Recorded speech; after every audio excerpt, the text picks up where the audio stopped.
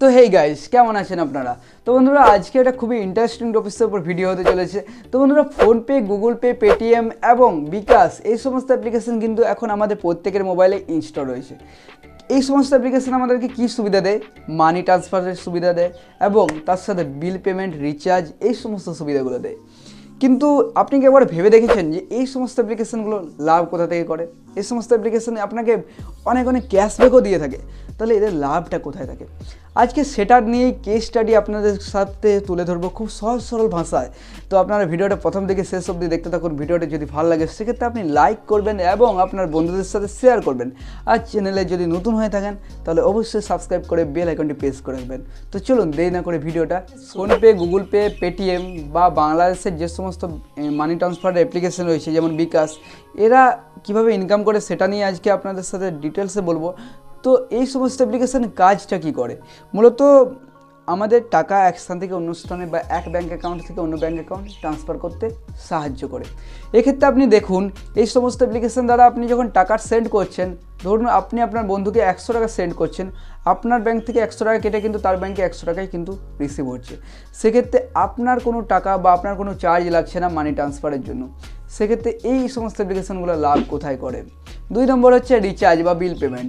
Recharge বা bill payment করার ক্ষেত্রেও কিন্তু আপনি 100 টাকা রিচার্জ করলে আপনার কিন্তু 100 টাকাই রিচার্জ হয়।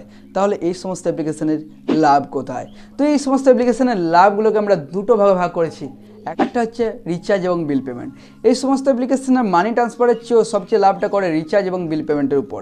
কারণ এই সমস্ত অ্যাপ্লিকেশন দ্বারা আপনি যখন কোনো অপারেটরকে রিচার্জ করছেন, ধরুন আপনি এয়ারটেলে 100 টাকা রিচার্জ করছেন, সেক্ষেত্রে এয়ারটেল কোম্পানি থেকে এদেরকে একটা কমিশন দেওয়া হয়।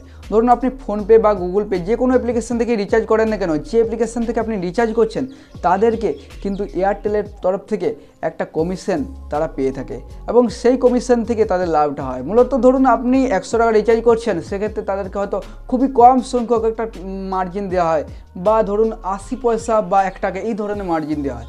ধরুন 100 টাকার মধ্যে তারা যদি 1 টাকায় পায়, এরকম লাখ গ্রাহকরা কিন্তু রিচার্জ করছে এবং তার কমিশন কিন্তু এই ফোনপে বা গুগল পে বা বিকাশ এই সমস্ত অ্যাপ্লিকেশনরা পেয়ে থাকছে। প্রথম আপনারা বুঝলেন যে রিচার্জের মাধ্যমে এই সমস্ত অ্যাপ্লিকেশনরা কীভাবে ইনকাম করে।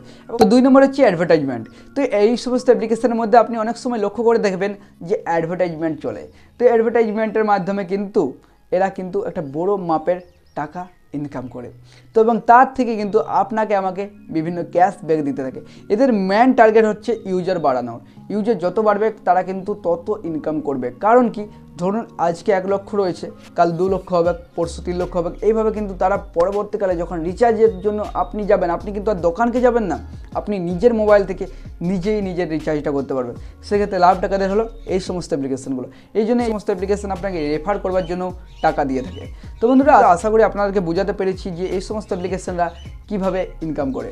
তো এটা আপনাদের জন্য প্রশ্ন যে অ্যামাজন বা ফ্লিপকার্ট এরা নিজেদের প্ল্যাটফর্মে পেমেন্টের সময় কেন বেশি বেশি অফার দেয়? এটা আপনি যদি জেনে থাকেন নিচে কমেন্ট করে জানাবেন। নাহলে যদি এই ব্যাপারে ভিডিও দেখতে চান তাহলে অবশ্যই নিচে কমেন্ট করে জানান। তো বন্ধুরা, আজকের জন্য এখানেই শেষ করছি। নেক্সট ভিডিও খুব শীঘ্রই আসছে। ততক্ষণ পর্যন্ত ভালো থাকুন, সুস্থ থাকুন। Thank you.